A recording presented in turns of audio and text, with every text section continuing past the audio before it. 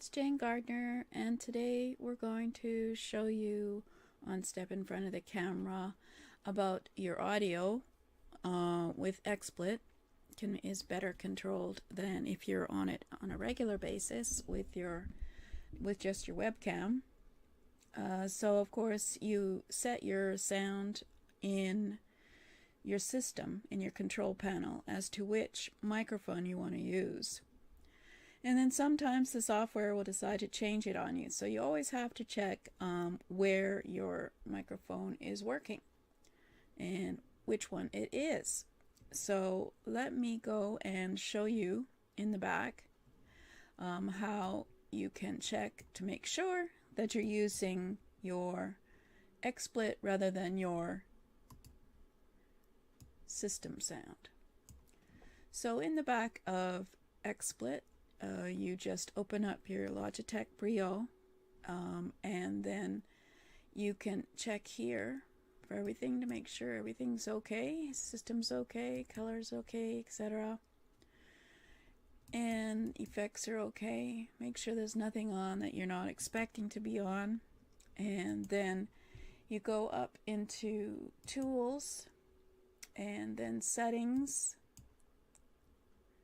And then we move it over so you can see it. So in this settings for XSplit, you want to make sure that your audio is okay. So you don't need an audio preview because you'll probably get a lot of backtone from that. So you want to keep that as none. You have to decide what system sounds the speakers are when you're working with it. Right now, all I'm going to do with my speakers is play back it once I've recorded. So I just want to make sure it's on the speakers that I want. So I have some portable speakers, Realtek, for example. But you could also use your computer speaker. I have some high definition audio software. You could use the speakers in your computer, the Realtek audio. I have a microphone that also has speaker settings, and I can listen to whatever I've recorded through the speaker in my Yeti, but you wouldn't want to do that because you're going to have bounce back of your voice as you're talking, so it's very difficult to listen to. So yeah, so for this one, I happen to have some portable speakers that I use, so I set that to this one. And then, of course, you don't want to delay. If you're into music and stuff, that's probably what that's good for. And then you have to make sure your microphone is the right one that you want to use. So I use the Yeti microphone to record, and I have accidentally had the XSplit audio on, and it's lower, but it did record my voice. The default microphone, you don't even know what the default microphone is. You'd have to check that and make sure if it's the computer or the monitor. And then of course the Logitech Brio, which is my webcam, also has a microphone. So you don't want that one either because it's fairly quiet. So you want to make sure that the microphone is the one that you want to use, the USB especially. Make sure that that is picked as the microphone before you even start. And usually for these kind of recordings, you just want to use mono, you don't want to use stereo. And same with audio mixing, it's just automatic because you just want to keep it simple. And so that's audio.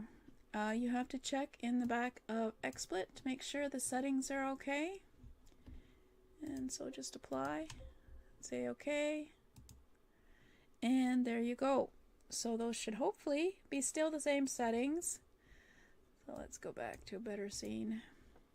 So it continuously uses those settings when you're broadcasting, regardless of what scene you go into.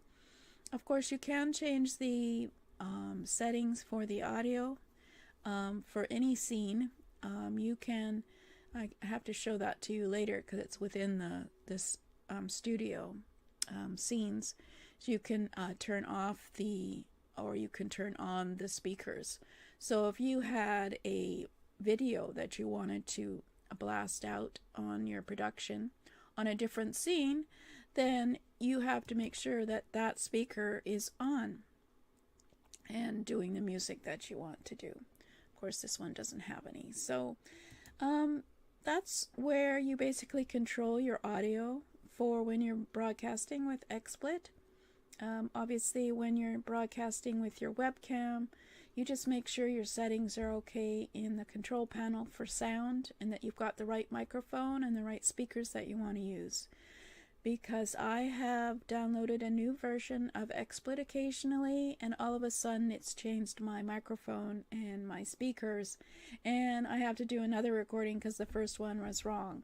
So that is one of the important things to do before you start a broadcast, is to check your sound settings, audio for your microphone and your speaker before you start.